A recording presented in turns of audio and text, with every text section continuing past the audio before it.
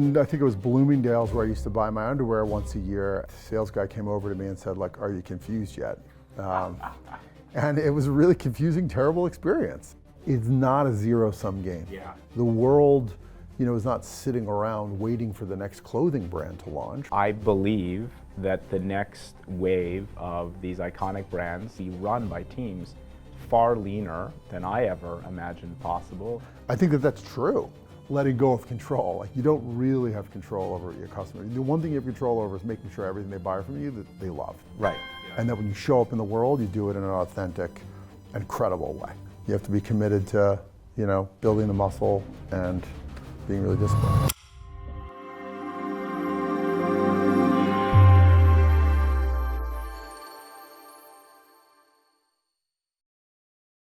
So welcome back to another episode of the Brilliant Commerce Podcast, where I get a chance to sit down with some of the brightest minds in commerce, working behind iconic, and as I like to say, next to be iconic brands. Like that. I think Mack Weldon is probably right in between the two. Yeah. I've been a customer for a real long time. Yeah. So joining me in person today, as I was just saying, my favorite way to do this is in person, is Brian Berger, CEO and founder of Mack Weldon. Yeah. Brian, thanks for joining me. Thanks for having me. And thanks for looking so handsome in I your have, tech cashmere sweater. Thank you. I get so many compliments on the sweater. I was telling you. And maybe let's start there. Like, I am wearing Mack Weldon, but for those who are watching or listening, what is Mack Weldon? Tell me a little bit about the brand. And you're like a really good example of our customer. We started the brand, our mission was reinventing men's basics. We were really focused on a very narrow set of product categories that were often overthought, like socks, underwear, t-shirts, undershirts, the kind of core essential foundational items of a guy's wardrobe, right? The market was all licensed product or mass, Hanes, Jockey, Fruit of the Loom, those types of guys. So we figured, like, there's an opportunity to come in and apply like a Lululemon level, product formula to this boring category. Guys care a lot about these things because they're on your body all day. And if you talk to guys, most guys really have opinions about it. So that was like our original mission, and, wrapping it all up in a better customer experience, really rooted in e-commerce in a really high touch way. And over the years, we've been given permission largely by our consumer to expand into other product categories, like, the beautiful sweater that you're wearing, applying denim. Everything we make is really, from a merchandising standpoint, is focused on wardrobe essentials, classic menswear. We're not looking at fashion categories. We're not looking at novelty. We're not pumping out things to really chase trends per se.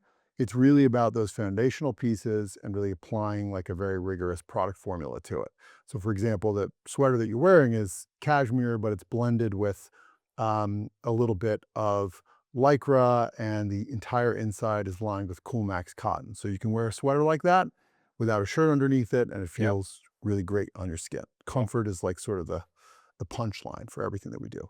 Yeah, comfort, and there is like that level of quality. Like I've been buying this stuff for at least 10 years now, and I still have a lot of the original pieces that I either bought, or one of the things that I always found interesting about you is you have not grown up in this industry, but someone who really geeks out over the technology behind it, the fabric. And I get emails from you sometimes saying, I'm really excited for you to try this. Yeah. And here's why. And can you give me feedback on it? And I would give you feedback on it.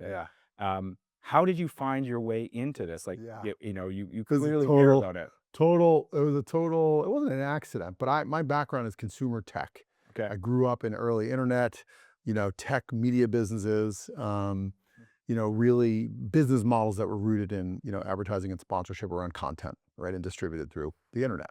So I had like real knowledge about using the internet, digital marketing data to reach people and reach consumers. But I was always personally very passionate about brands that solved a problem for consumers, whether it be, just, better process, better retail experience, better product. And so in my sort of like personal journey, I had always believed that the kind of end state for me would be to apply my sort of origin in, consumer internet and technology to a more physical consumer type business. Yeah. And this category, I was always kind of complaining Yeah. about t-shirts, underwear, socks. Yeah. Why can't these be better? Why are we still wearing our grandparents', version? There is no brand here other than Calvin Klein, which was like a kind of a licensed product at the time. Uh, and so, yeah, so I had an opportunity. I had a window in my career where, I was able to sort of engineer Mm. this, some time where I could actually focus on this and do it. Yeah, so it wasn't Yeah. with the background you had, I think it would have been easy to sort of spot an arbitrage opportunity. Here's a cohort of customers that might be efficient for me to acquire. But really, you told a classic founder story. Like there was something that was driving you Yeah. crazy, Yeah. something that didn't exist that you had to go in, you Yeah. had to go and create. As the story goes, and even just from a customer experience standpoint, I think it was Bloomingdale's where I used to buy my underwear once a year, and the sales guy came over to me and said, like, "Are you confused yet?" Um, and it was a really confusing, terrible experience. Yeah. So it's sort of like, I care about it. I can never find what I liked. It's this total like morass of stuff, and why not, do it better. So Yeah. that's what we did. 2012. 2012 launched in summer of 2012. 2012. It's like dog years, Yeah. man. And when you launched entirely digitally native. Like Yeah. D2C wasn't really called D2C yet. I think it was sort of becoming D2C, Yeah. like right at the beginning. Yeah, and then it was the, like, DNVB, Yes. Andy Dunn, who was, Yep. like, a pioneer, certainly Yep. in consumer apparel. It was like Bonobos and Warby Parker were, like, the 2 brands that really, like, paved the way for brands like ours because, it showcased that you could actually, you know build, a customer experience, develop the product, deliver the product, and do it all in a way that was, didn't require, lots and lots of money Yeah. Or lots and lots of physical locations. and lots of physical Yeah. But locations. we'll get to that now Yeah. because like one of the things that I've appreciated about watching the sort of the arc of Mack Weldon is that you now have a physical retail presence. Like I like the word you used. You've been given permission by your customers. You've been given permissions by your customers to expand your offering. I think maybe even like expanding where you interact with them in sort of like a physical space. Yeah. But maybe if you'll indulge me, we'll take a bit of a trip down memory lane, like Yeah. 2012 to 2026. Yeah. So much has changed Yeah. for what it means to be a brand that launched online, that is now meeting their customers where they are. Yeah. I always found that you were someone who didn't chase the trends. I think there was a lot of brands that suddenly raised a lot of VC dollars, and then it was like, well, let's go and acquire customers. Yeah. Um, you chased a couple of technology Yep. trends along the Yep. way, but I think it's fair to say that your approach has always been one of discipline. Just curious what advice you would have for the Brian of 2014, who's Yeah. like 2 years in Yeah. to his journey and is watching all of this, Yeah. the explosion of D2C around him. What's something you got right and maybe Yeah. something you would do differently today? Yeah, well, I think in terms of what I got right or what we got right, was definitely trying to stay really focused. It's very easy to get distracted and, you're dealing with limited resources. So there is like a real opportunity cost of getting distracted by getting distracted. And chasing trends, and certainly in our business, right? Like you make a big bet on a product category that doesn't materialize and that can create real, legitimate business risk. And so we did very much and have very much stayed focused. We are, at least from a product standpoint, trying to expand our aperture a little bit in line with customer and kind of brand objectives. And in terms of like what I would do differently, I and what I would advice I would give to anybody starting a brand today is unquestionably trying to be in all the places that your consumer is as early as possible. We were not one of those brands that was like, we're cutting out the middleman. Retail sucks. We were not that, but we did believe that the core fundamental of our business model was invest to get a customer. And then because of these product categories that we were in, because they were like semi-consumable items, we would have a chance to have a long-term relationship with that customer. And so you'd benefit from that, long-term relationship. And there really wasn't a need for stores in that sense. If I could rewind the clock and if I look at some of our peers that have really broken out, I would have done multi-channel, at a minimum wholesale, which doesn't cost a lot, quite frankly, just from a capital perspective, much earlier Yeah. because you do a handful of things. You diversify your revenue streams. You can create, it's a profitable revenue stream earlier than D2C in many instances. And it's marketing. And it's Yeah. another channel that is not Meta and Google that you're able to, show to your consumer. Yeah. So, So durability, like how do you build redundancy into the business early on? I think yeah, like through the diversification, finding those profitable channels. yeah. Because like on the surface, you would think, well, wholesale, how can that be more profitable than just acquiring a customer on Facebook or Google? But it takes some experience to know that. Yeah, I mean, wholesale, you're marking up your product by a little bit less, Yeah. but you don't have the customer acquisition cost. You have Right. cost, right? You have to hire people to go out and sell. You have to pay them commission. You have Yep. to get a booth at a trade show. You have to do those things. Yeah. But once you get to a certain level, you need to cover those costs, and those are profitable revenue dollars if you're doing it right. Yeah. I mean, that's a good segue to profitability. I think you're also known as a CEO that did focus on getting profitable as a brand, maybe before it was fashionable for others, when everyone was in sort of like a growth at all costs mode. Yeah. Can you talk about how hard that was? How hard it is, because you're constantly, in this tension between, investment and growth, and, profitability and, creating a sustainable, self-sustainable business. When we started this business in 2012, there was a lot of investment. There were a lot of investment dollars chasing this category and, business models like ours. Yeah. So there was a huge kind of draw to going after that, getting that valuation, getting that capital in, hiring a big team, Yeah, I mean, spending for me, money. it felt like there was a land rush. Like, so I was working on something different. It felt like there was so much money. You Yep, had to hire all the people because if you didn't hire them, your competitor would yep, hire them. I would imagine in your space, it was kind of the same thing. Like, how do we make sure completely. we get the customer before they get the customer? Well, that's the point. That's the thing, though. It's not a zero sum game. Yeah, In technology, if it's Uber and Lyft, maybe it's a zero sum game. If it's ChatGPT and Claude, maybe it's a zero sum game, right? yeah, In our world, it's not. But everyone started to think that way, right. right? The world, is not sitting around waiting for the next clothing brand to launch, right? Like customers learn about your brand in the way that they do, and obviously you want to do it fast and, build, enterprise value quickly and, everybody's got their motivations, but the need for capital really should be directly correlated to the needs of the business. Mhm. And with every dollar you take, the mindset should really be, how is taking me further away from being a profitable business? Or is this just helping me advance my goals in line with whatever my profitability goals are? Yeah, that's a And great we, question. we were not always, I mean, now our business is like, how small can we be in Yeah, order to, build? Like, it's a bit of a different mindset now. yeah. I mean, I want to float this thesis I have by you and get your honest reaction. Like, I believe that the next wave of these iconic brands, these brands that to achieve, some amount or a significant amount of commercial success will be run by teams far leaner than I Mhm. ever imagined possible. Yep. And certainly you, is that, do you believe that we can get there?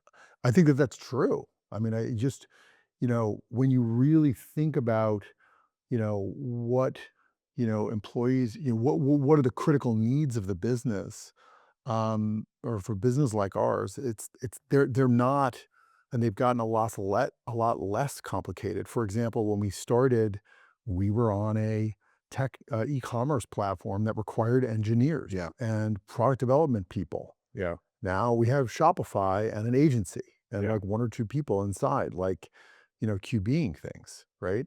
Creative. We're in this total creative revolution right now.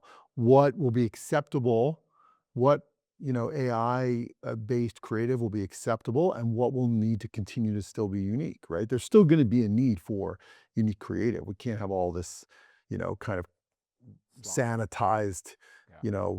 AI creative out there in the world, but there will be a place for it. It will reduce the need that you have on your, that you need to have on your physical team. Yeah. How let's bring it back to the permission that your customers and future customers will give you to interact with them in that way? Like, how do you balance out the relationship and the trust that you clearly earned with these customers? And I imagine they help you get the next customers. Like, how do you think about what's required from a human component, and Mhm. then how do you equip that team with the tools they need to make sure that they're delivering the customer experience that has allowed you to be around and to grow for Yep, nearly 15 years? yep. I think on that, I've also, like, really evolved. I think there was a time when I really believed that the perfect CRM strategy Yeah, and the perfect kind of cohort management and the perfect email subject line, those are the things that are gonna really move the needle from a customer retention and loyalty perspective. And those things matter, but I think they're more like table stakes now. I think the things that really, and this is not novel, I think ultimately you need to be delivering a great product and you need to be showing up in a really authentic way for your consumer. And that can be in an email, that could be in a partnership with a local. We just did something here in New York with Juice Press that we're really excited about, like how to start your day off right. And it could be, some killer social media or ad campaign. It's yeah, just, but at the end of the day, like you can't really engineer it, right? The customer's going to buy when they're going to buy. Like, there's only so many times I can hit you over the head with a email saying it's time to replenish. It's time to replenish. You're probably going to replenish like when you want to, right, right? I'm not going to change your behavior that much. yeah, A little maybe, but not that much. So you have to be committed to that, right? Because there's a level of like, letting go of control. Like you don't really have control over your customers. The one thing you have control over is making sure everything they buy from you that they love. right, yeah. And that when you show up in the world, you do it in an authentic and credible way. Well, they're happy that you're there. I Yeah. mean, I think like you're Yeah. showing up with great product, but I think showing up with the right voice too, Yeah. at the right time. I think that's a great point. It can't only be promotional. And I do think your team does a really good job with content talking about the technology that goes into the product, not in a way that I'm afraid of it. I'm like, oh, that's going to feel great, Yeah. and I'm excited to try that. And Yeah. because you've earned my trust in that way. So I think, Yeah. The opportunity, you're listening because we've earned some credibility with you. yeah, But that doesn't mean you're gonna buy everything in your wardrobe from us. It doesn't mean you're gonna buy underwear or replenish your t-shirts twice as fast as you used yeah, to. no, It just no, means you that make good t-shirts. yeah, Stick around for a while. Um, yeah, well, you said loyalty too. I mean, yeah, I get this question an awful lot. Like, yeah, a brand is just launching, like I would need to have a loyalty program. And I'm never quite sure what to say. Like, well, maybe you need customers and you need like to establish some patterns. You need to figure out what loyalty might look like for them. Took you, Mack Weldon a little while. I mean, you had like this really innovative bundling system early yeah, on. I remember the free shipping calculator was, I yeah. mean, I remember your team did a good job of Rather sort volume of based. Yeah, productizing that. yeah, Um, and now you have a loyalty program. yeah, It's gone through a couple of iterations, yeah, I think. Um, yeah. It's points based. You qualify for different tiers that give you benefits beyond just economic benefits. Um, Again, I think there's an aspect of um, there's a percentage of your customers that are going to really be motivated by something like that. And you almost have to have that. It's like, yeah, again, like a table stakes thing. But what you really need to do to create loyalty is to create awesome products that people are talking about to the people in their life and becoming like kind of net promoters on your behalf. right. Right. Um, I think the loyalty program is a component of it. But at the end of the day, like think about the loyalty programs that are most exciting to you. They're usually ones that give you something economic, right? Like you buy 10 salads, you get the 11th free. Starbucks is a points based thing. Every Yeah, 10 coffees, you get one for free.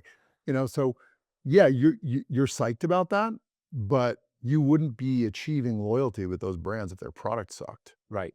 You're getting to those levels because the product is great, and then this is just kind of like the icing on top. Yeah, it might be that thing that makes me decide I can take this flight on Delta or I can take this flight on United. They're both like offering me like a decent seat. They're going to get me in New York when I want to be there, but I have loyalty here Right. and why not? I'm going to be happy with both. Yeah. Yeah. Maybe on one you get, to board faster. So Right. because you have status and you can Yeah. not have to worry about your bag. Yeah. Um, So those are the things that I think matter. But again, at the end of the day, like if the product wasn't good, you would go with the brand that delivered the best product experience, and then you would have the most you would have the most loyalty Yeah. to that brand. How much does your team today look at data to help with some of those decisions? I know you were one of the early movers in making those data investments. Your team was always like quite Yeah, data informed slash data driven. yeah. How has that evolved over time? Um, like I think to your point, like when we talked a lot about this, it's you have so much data, right? And so the question is, can you organize it in a way where it's credible and authoritative? Like the Yeah. beginning, it's like, okay, can I trust this data? Do I need to go through some massive like sanitizing exercise? So the first step was like getting ourselves to a place where we felt like everything was in the right place and it was, really credible so that we can Trustworthy. trustworthy so we can, cut it in a way that served our needs. Yep. And I would say we do a really good job at that, and it took a lot of effort to get there. The challenge with data and sort of propagating it out through the organization is having, people, the sort of business owners, have, a data mindset, and so to know what types of questions to ask the data to help serve the business in the best way possible. Mm. And so over the course of time, we've had to work, and make sure that our team, are asking the right questions, right? Because otherwise you just get into these, data for data's sake, or, data paralysis, or, people just get kind of overwhelmed. So I think the getting the data organized and then asking the right questions, I think is the more challenging part, the more, kind of unique part. Yeah. The question part I think is interesting. One question I get a ton, and I've seen the roles in the organization evolve an awful lot over the last decade. Is someone will say like, I need to hire a CMO, and I want this CMO to do all these things. Like one of the things that they're going to do is like brand and voice, and then sometimes I talk to others, and it's like, well, the CMO is going to be like hyper analytical. Yep. And I know you've been through, Yeah. you've had a number of CMOs over Yeah. the time at Oh Mack yeah. Weldon. I'm just curious, like how you're seeing the role of the marketing role within a brand evolve, and if you were giving advice to a young founder today Yeah. looking to make their first key marketing hire, Yeah. do you skew more brand? Do you skew more analytic? Are they two different roles? Are they like one person Yeah. in one body? Yeah. Like, I, how would I answer that I question? really think they're two different roles. I Okay. really do. I think, the role of a growth marketer is one of, deep, analytics, trial and error, iteration and testing, and it's just much more of a technical acumen. Yeah. They don't care what creative they're showing. Yeah. They're looking They at just want it to perform. they're looking at the results, Yeah. right? And they want it to perform in line with those results. And that doesn't mean, it's not one dimensional. You can get a lot of Yeah. initial sales, but not a lot of long-term sales. So, it does matter sort of like what you're saying, how you're saying it, so that people are buying into something that's legitimate, feel like they're Yeah. getting what they bought into.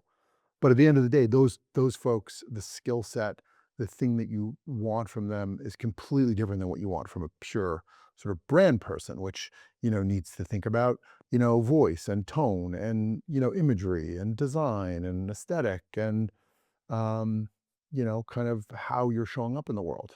So they're just different things. Yeah.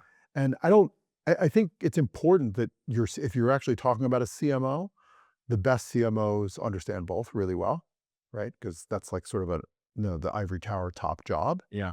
But I would argue that like you really need to be a more mature business to really justify the ivory tower person, because you know everybody needs to everybody Yeah. needs to be have an oar in the water and be contributing in a Yeah. very tangible way in a business. Well, especially now, like as the teams are getting leaner, I'm seeing more people Yeah, roll up their sleeves that have that everyone. decades of experience, but Yeah, not suddenly are back in because you have to. I mean, yeah, it's just not a luxury. It's different for a bigger, more mature brand where you're managing agencies, and sure, it's a different thing. But like, even a couple $100 million brands, like everybody's generally playing a real functional So you role could have a in the director of business. brand and a director of performance marketing, growth marketing. I think so. Yeah.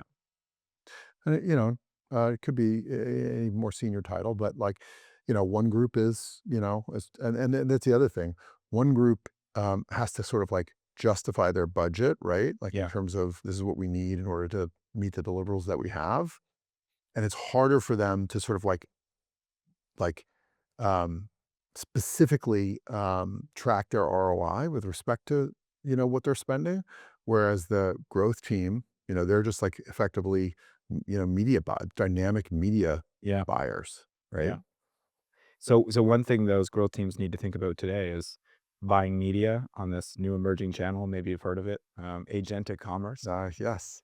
How's your team thinking about that, if at all? Well, everybody's thinking about it. It'd be malpractice not to be. I would say I feel like we're getting to a point where we're going to start losing productivity before we actually really start to gain it. Yeah. Because I just use myself as an example. Like a couple weeks ago, I'm like, I have to figure out use cases either in my business life or in my personal life to really get exposure to the power of these tools, Yeah. right? And so, I know that that's happening across, everybody's, world right now, regardless of what your role is. Yep. But it's even better if you have a specific business problem that you're looking to solve and, you use that sort of like educational time to help try and solve that problem. Sure. Right now, we're using it for, the baseline things that everyone's using them Efficiencies. for, mostly efficiencies. Yeah. We have one great example.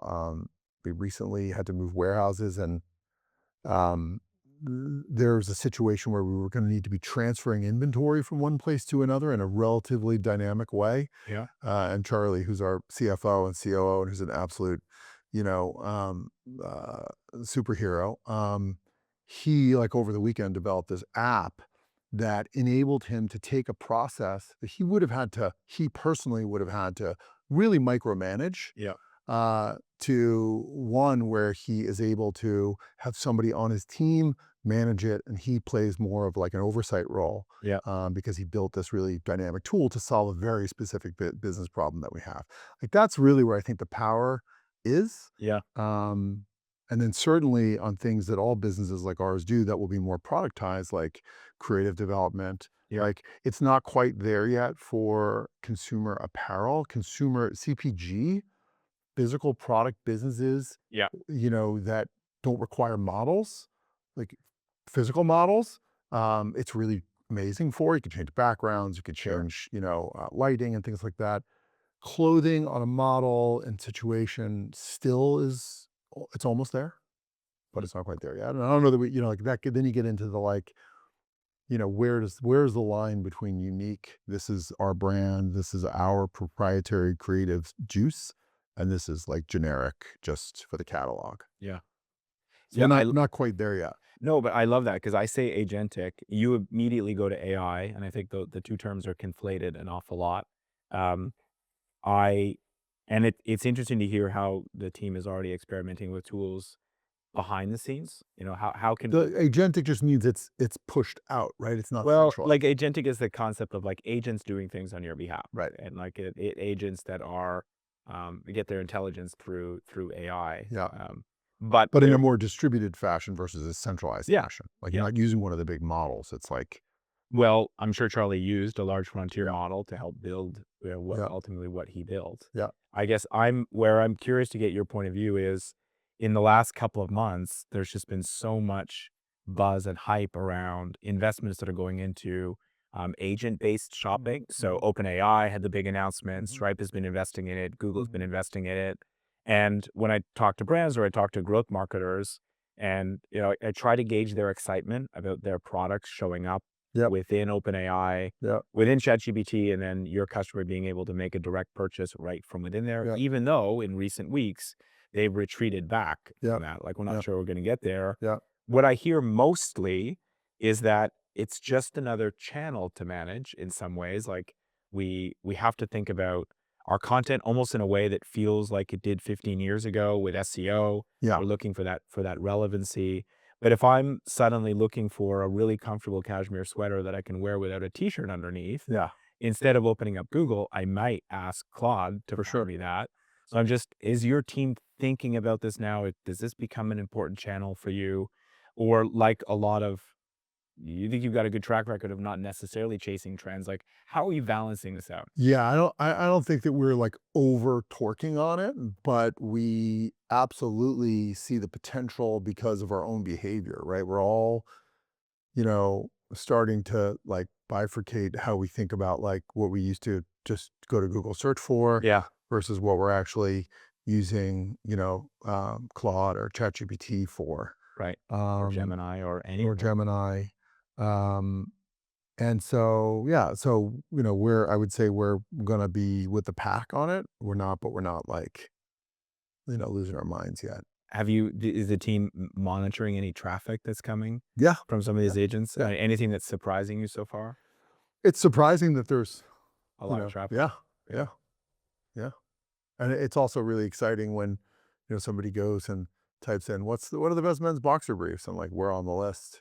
Yeah. A lot of that is driven off of the block and tackle of what we've been doing for the last, 12 years, which is just like building up our affiliate base and making sure we have as much content out there about us, third party content out there Yeah. about us as possible because the, the models are looking at all of that. They're not just necessarily coming up with it themselves. But so is your team trying to, I hate this term, but like growth hack their way into that? Like, for example, I'll talk to some people who have figured out that um, reviews make a big difference in one model, whereas Reddit might make a really big difference in another model. And so Yeah. they're trying to like have a balanced attack in terms of content. Yeah. But when I hear that, I instantly think, I remember the days where we will have figured out the algorithm in Google. We got onto the first page and then the algorithm changed. We're like, shit, now we're on the Yeah. third page Yeah. and you're trying to reverse engineer it again. It Yeah. feels a bit reverse engineery to me Yeah. and not durable. Yeah. But I want to talk to someone who has a team who is working on this. Yeah. Like it matters because I think the trend is going to continue. You're going to see more and more traffic, especially for your customer, I would imagine, Yeah.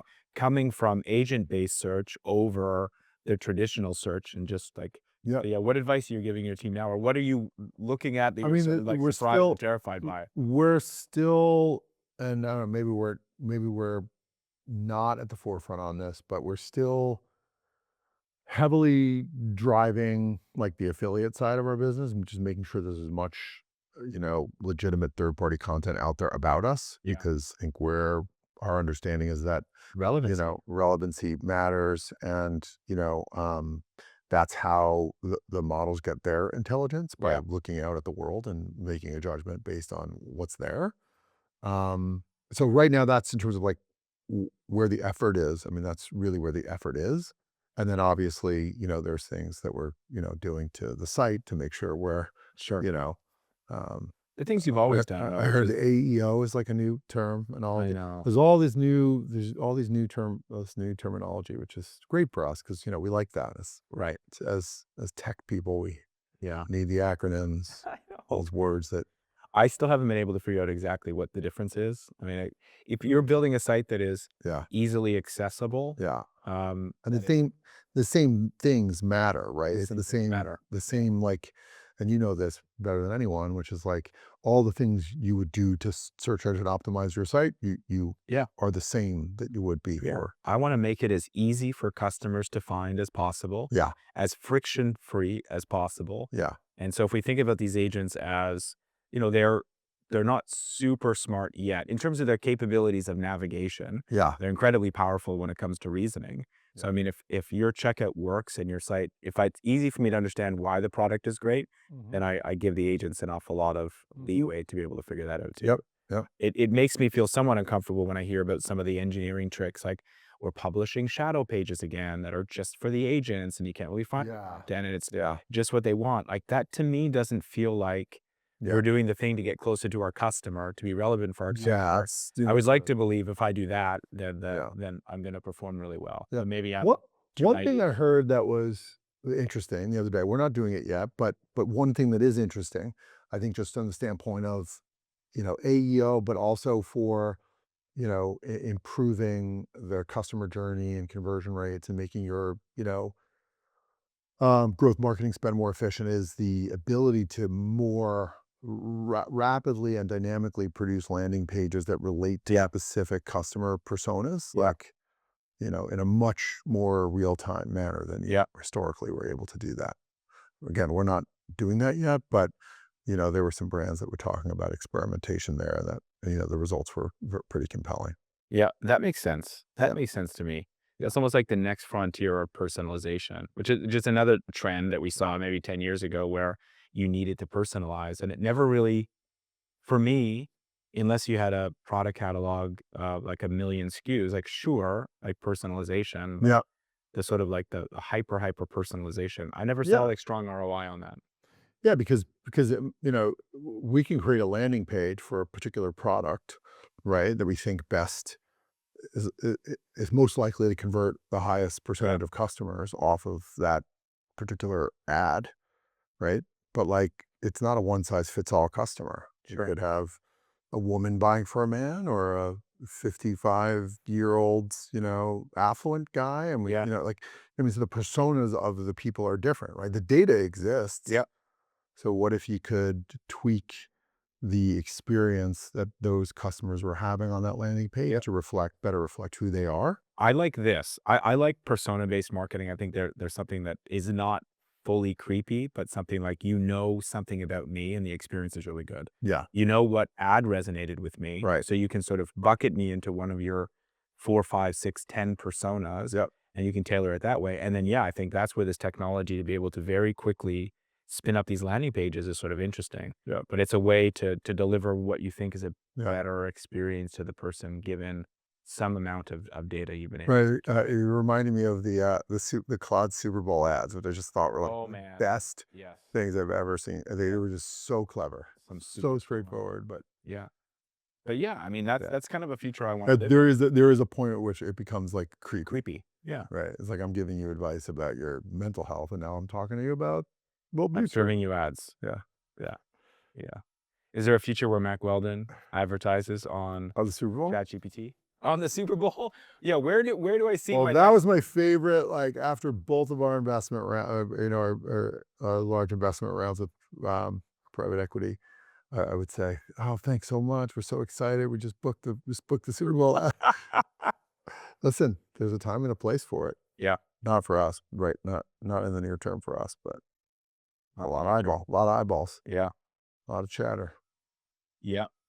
Yeah. But yeah, we would, I mean, in terms of advertising, sure. I mean, we'll go wherever the customer is. Like, we've found, even in the past year, where it's just been challenging, just all over the place, channels like Reddit, which is, not a channel for everyone, just based on who the audience is and what the ad format is, worked really well for us. Sure. X, Yeah. you know, um, there was a lot of opportunity to, like, kind of, own a bit of a share of voice there. A lot of guys there. Yep. So, Be where we're your customer is. yeah, yeah, Yeah. A formula that's worked for you since 2012. most of the time. Yeah. Yeah, most of the time. Yeah. Yeah, like, and again, I think there's, every brand has primary and secondary customers, us in particular, because women buy a lot of men's clothing, Yeah. right? So we've got to figure out how to, we speak to guys really well, our core customer, but, over the years, we've had to develop skills to target, women as buyers for men. But that's Yeah. interesting. Yeah. Yeah. And the algorithm won't help you there because it's always going to go to the place where the conversion rate is highest, Sure. just oversimplifying it, right? Yeah. So you can't, it's hard to, like, force it to do something else. So we have found that podcast advertising, influencer advertising, places where we have a little bit more control over who the audience is, Yeah. like the making sure the message is going to reach that audience. Those have been really effective ways for us to, capture new audiences.